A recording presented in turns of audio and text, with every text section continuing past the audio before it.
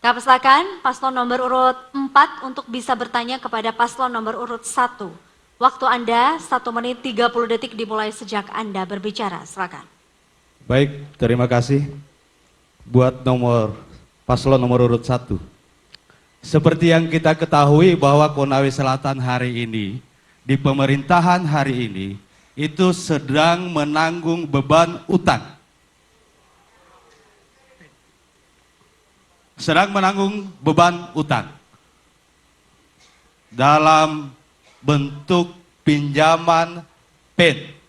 Tentunya beban utang ini adalah suatu beban buat pemerintah yang akan datang. Karena saya tahu persis bahwa beban utang ini, bunga utang ini akan lunas 8 tahun kemudian. Nah, yang saya khawatir bagaimana saudara meyakinkan kami, publik, jangan sampai untuk meningkatkan APBD Konawe Selatan kembali mengadopsi sistem dan cara mengutang yang itu membebani keuangan daerah.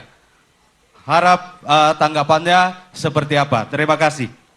Waktu Anda masih ada ingin dipergunakan atau sudah cukup? Paslon Cukup, nomor terima 4. kasih. Baik, terima kasih. Waktunya bisa di-stopkan terlebih dahulu. Kami persilakan paslon nomor urut 1 bisa menjawab pertanyaan dari paslon nomor urut 4. Waktu yang diberikan 1 menit 30 detik dimulai sejak Anda berbicara. Silakan. Terima kasih. Jadi yang pertama, saya malah kembali bertanya. Pemerintahan daerah adalah bupati bersama jajarannya dan DPR. Bapak waktu itu kan anggota DPR, sementara kebijakan anggaran yang mengetuk palu adalah DPR. Bapak di mana saat itu? Itu satu. Yang kedua, Pak Surunudin masuk pada tahun 2016, posisi keuangan Konawe Selatan itu sedang divisi 70 miliar. Begitu beliau masuk menata kelola pemerintahan dan keuangan, sekarang ASN selalu Silva bulan Januari sudah terima. Puskesmas dari tidak ada yang rawat inap, 24 saat ini sudah rawat inap. Ruas jalan Pemda Konsel yang menjadi tanggung jawab Pemda Konsel 197 ruas. Sekarang yang belum tertangani tinggal 6.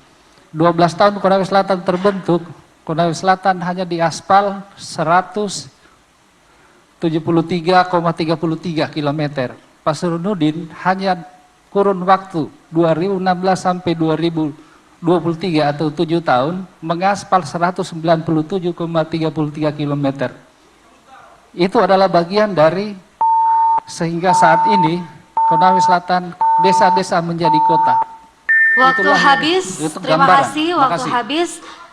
Bapak, ini sesi tanya jawab dan tentunya tadi harusnya menanggapi, dan kami persilakan untuk paslon nomor urut 4 untuk bisa memberikan tanggapan kepada paslon nomor urut 1. Waktu Anda 1 menit 30 detik, kami persilahkan sejak Anda berbicara. Silakan.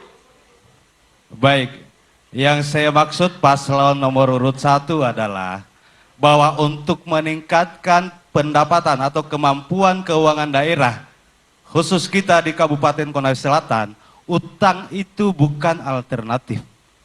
Karena akan merusak aktivitas-aktivitas lain, program-program lain, dan kebutuhan-kebutuhan lain masyarakat Konawe Selatan.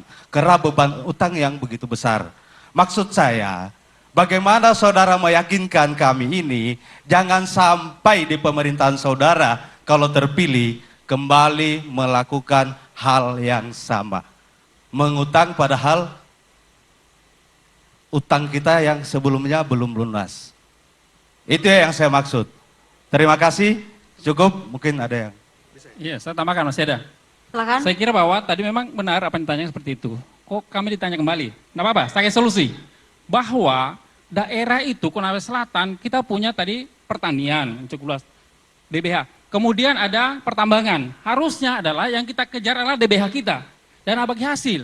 Nah, yang kita baru dapat sampai hari ini, APBD Konawe Selatan 1,7 triliun atau 1,8 triliun. Harusnya, kenapa kabupaten lain bisa besar? Contoh, di kabupaten sebelah sana, itu sampai triliun. Harusnya itu yang kita dapat. Bukan dengan cara satu-satunya untuk meminjam. Saya kira cukup. Kami akan memberikan kesempatan kepada paslon nomor urut 1 untuk memberikan pertanyaan kepada paslon nomor urut 4. Waktu Anda 1 menit 30 detik dimulai sejak Anda berbicara. Silakan. Baik, untuk saudara saya paslon nomor 4, ini terkait dengan pelayanan masyarakat di sektor pendidikan, di mana kita tahu bersama komitmen pemerintah pusat sampai ke daerah mengalokasikan minimal 20% dari total anggaran yang ada di daerah. Tujuannya adalah untuk meningkatkan angka partisipasi kasar dan angka partisipasi murni atau APM masyarakat untuk sekolah. Sesuai dengan misi pertama saudaraku paslon nomor 4. Pertanyaannya adalah, apa pertimbangan saudara untuk tetap memberi ruang bagi sekolah untuk memungut biaya pendidikan bagi anak atau orang tua siswa dan murid? Terima kasih. Baik, waktu Anda masih ada 35 detik. Ingin ditambahkan atau sudah Dan cukup? apa langkah konkret saudara ketika dipercayakan sebagai pimpinan daerah dalam menyusun ataupun menaikkan angka partisipasi murni para siswa yang ada di Konawe Selatan dari tingkatan SD sampai dengan SMP dan SMA. Terima kasih. Baik, sudah cukup? Cukup. Baik, kita stopkan dulu waktunya. Kami persilakan pasangan nomor urut 4 untuk menjawab pertanyaan dari pasangan calon nomor urut 1. Waktu Anda 1 menit 30 detik dimulai sejak Anda berbicara. Silakan. Baik, terima kasih paslon nomor urut 1 yang memberikan pertanyaan itu. Bahwasanya pendidikan adalah hak dasar. Tugas pemerintah adalah menjamin hak dasar setiap warga negara. Dalam konteks Konawe Selatan, tugas pemerintah adalah menjamin pendidikan untuk warga Kabupaten Konawe Selatan. Maka kami kalau terpilih menjadi Bupati Konawe Selatan, yang kami pastikan adalah pendidikan gratis itu benar-benar terwujud di Kabupaten Konawe Selatan. Tanggung jawab pemerintah adalah bagaimana infrastruktur tersedia, bagaimana anggarannya tersedia. Satu hal yang pasti bahwa Konawe Selatan ini selama saya menjadi anggota DPR, saya tidak melihat di sektor pendidikan alokasi anggaran mencapai 20%. Saya tidak pernah melihat itu. Di sini tidak konsistennya pemerintah, dan saya pastikan Herman Herianto apabila menjadi Bupati Konawe Selatan, alokasi anggaran sektor pendidikan dan kesehatan itu akan terwujud. Dan pada saat alokasi itu terwujud, semua pasti gratis, bukan sekedar teori. Terima kasih. Waktu Anda masih ada 12 detik lagi. Ingin ditambahkan atau sudah cukup? Ya, cukup karena Cukup. tinggal 6 menit. Baik. Cukup, kita stopkan dulu waktunya. Kami persilakan paslon nomor urut 1 untuk menanggapi jawaban dari paslon nomor urut 4. Waktu Anda 1 menit 30 detik dimulai sejak Anda berbicara. Silakan. Baik, terima kasih paslon nomor 4. Ini sangat berbanding terbalik ketika tim kami membaca visi misi saudara yang tercantum di KPU. Di situ ada ruang, ada pertimbangan untuk tetap memungut biaya pendidikan bagi anak ataupun orang tua siswa. Yang menurut kami, biaya pendidikan ini wajib dilindungi oleh pemerintah daerah dengan memberikan layanan gratis tanpa dipungut biaya.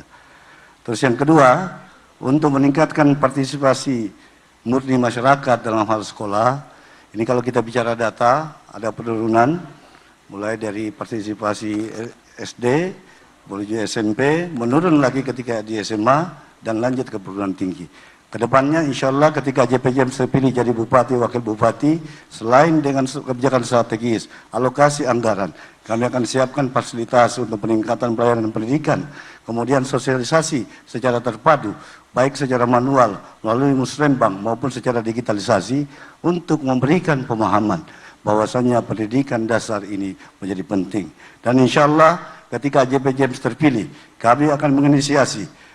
Karena kami tahu dulu awal-awal Konsel terbentuk pernah ada anggaran yang keluar dari DPRD Kabupaten Konawe Selatan untuk inisiasi pembangunan Universitas Konawe Selatan. Insya Allah AJP James terpilih, kami akan lanjutkan dan meneruskan Universitas Konawe Selatan untuk membangun Waktu Konawe habis. Selatan. Terima kasih paslon nomor urut 1. Baik, Bapak dan Ibu, ini saatnya untuk memberikan apresiasi kepada para calon bupati dan wakil bupati.